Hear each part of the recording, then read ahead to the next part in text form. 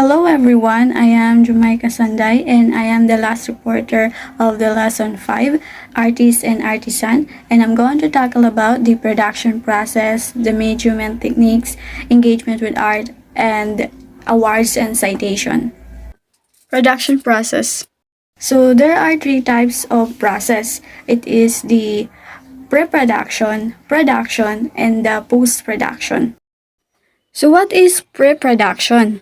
Pre-production is the process of fixing some of the elements involved in a film, play, or other performances. Production, pinaplano pa lang siya kung ano yung mga elements na pwede i-include or i-involve dun sa film, sa television show, or the other performances. Next is, what is production? So production is the action of making or manufacturing from components or raw materials or the process of being so manufactured. Sa production, nakadepende sa available na resources at materials na pwede pang magbago yung idea sa actual or during the production, and it may overlap the pre-production. Next is, what is post-production?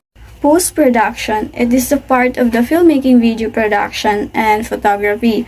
It occurs in the process predominantly after the filming but can be done in the process while filming. Sa post-production, ina-allow na dito yung i-prepare mo yung artwork mo, then i-transport mo. And pwede mo pa siyang i-adjust, but pwede mo na siya, ready na siya in a publication. For example, the painting, kung saan mo ba siya i-exhibit. The process of creating an artwork does not necessarily follow the linear progression. One of the things that one must accept is the fact that the arts have an anarchic dimension to it, allowing us to fully harness its creative potential. It means that sa process ng paggawa ng piece of work, hindi pwede na you're from the first stage, then you jump into the third stage. So, meron tayong sinabi din na anarchic dimension. That means that we need to follow the rules and the process of making some artwork. The very reason why different art styles, periods, and movements were made possible is because there was a form of flexibility given to artists in terms of how to conceptualize and execute their ideas into reality. So, even though na pare-pareho lang silang mga artists, magkakaiba pa rin yung mga styles na ginagamit nila, yung content at saka yung kung paano ba nila i-execute yung mga idea nila to turn into reality, into piece of work.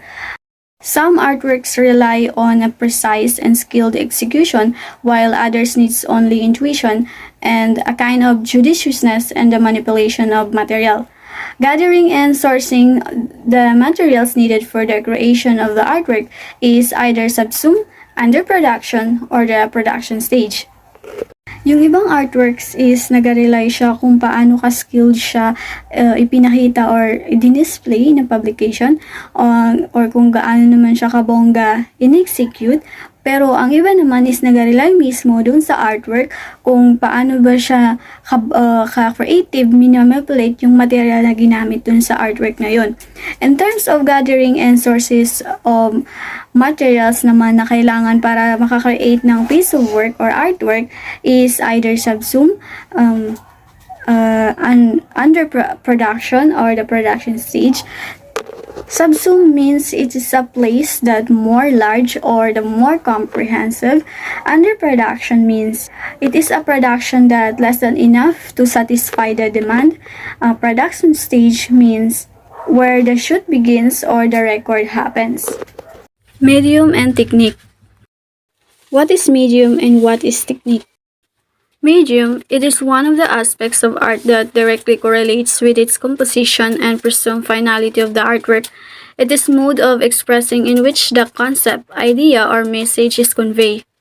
Medium is nag-refer siya sa materials na gagamitin ng artist kung paano niya i-objectify yung kanyang feelings or thoughts. So, upon gathering information, nalaman ko na merong different types of medium. It is the concrete works and the ephemeral works. Concrete works is the object physically manifest themselves for a prolonged or lasting period, while the ephemeral works is durational. So, here are some examples of the concrete works. An example of ephemeral works. So, the next one is the engagement with art. Trivia. One of the main goal ng art exhibition at saka na main reason ng history of art is makip ang art na connect siya pa rin sa society within generation.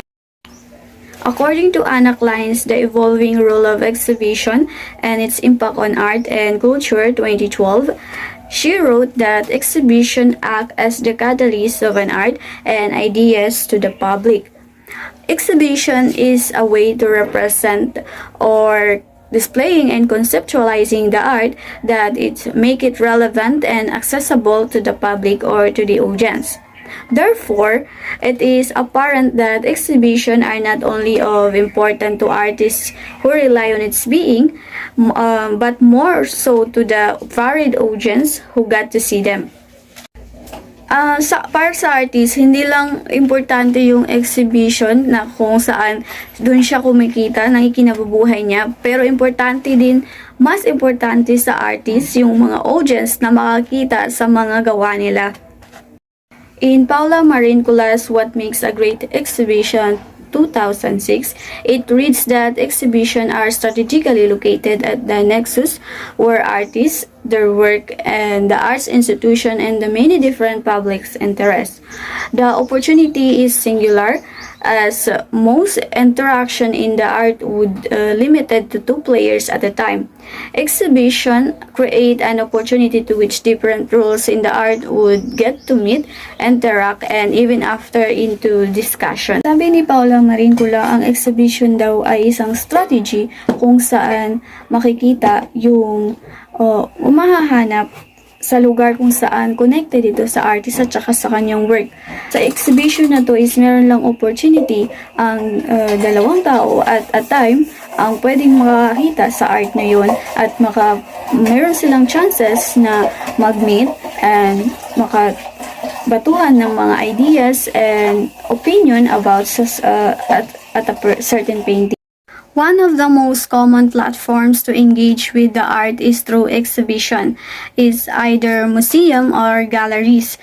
Nowadays, there are other exhibition spaces that have opened up for the artists to showcase their work. So, kung gusto mo makakita ng mga painting ng mga iba't ibang artists, karaniwan talaga pumupunta ka sa museum or galleries. Pero nowadays kasi marami ng mga art spaces na pwede kang mag-exhibit at pwede ring maka-engage ka sa mga audience. However, the exhibition process is an intricate sequence of events made possible by multiple individuals and groups within the outside the artists and staff. However, magkakaroon lang ng exhibition kapag maraming dadalo maliban sa artists at saka sa mga staff ng mga galleries or museum or any other art spaces.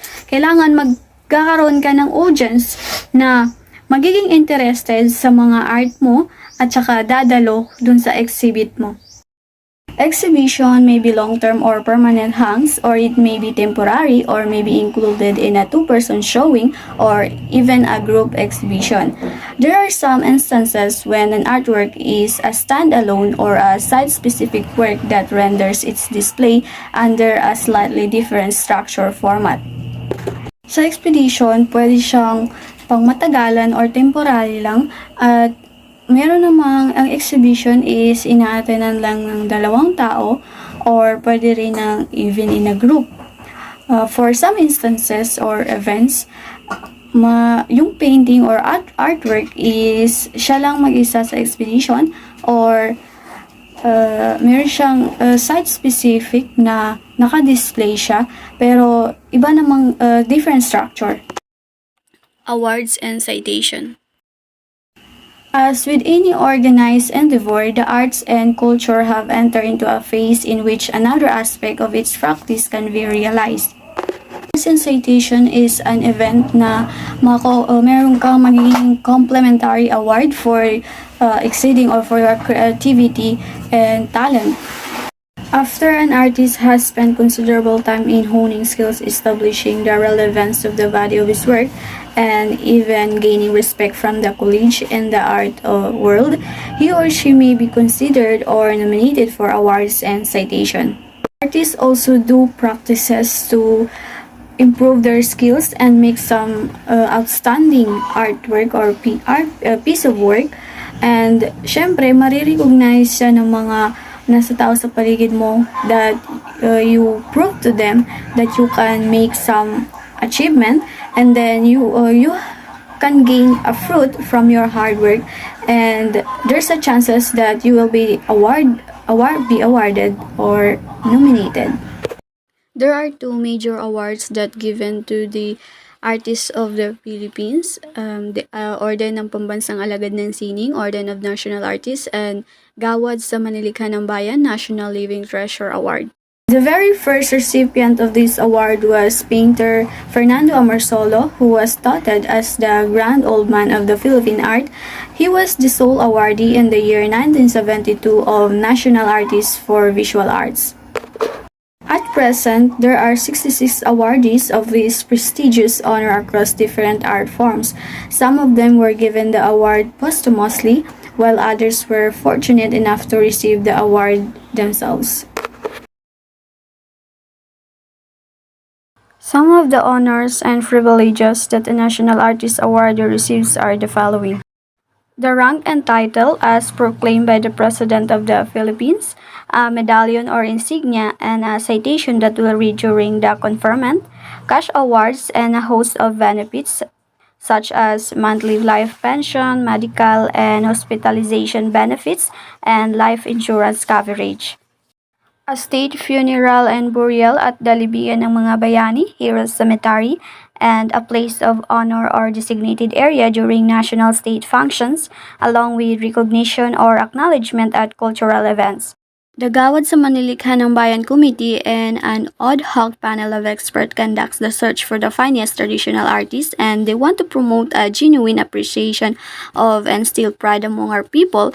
And that was the three first outstanding artists in music poetry back in 1993 conferred.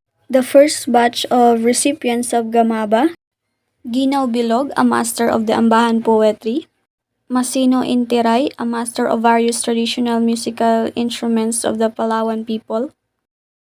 Samoon Sulaiman was a famous Filipino musician loved by many, a master of kutyapi and other instruments, and he received a National Living Treasure Award. The medal given to the recipients of the distinction Gawad sa Manilikan ng Bayan, Gamaba.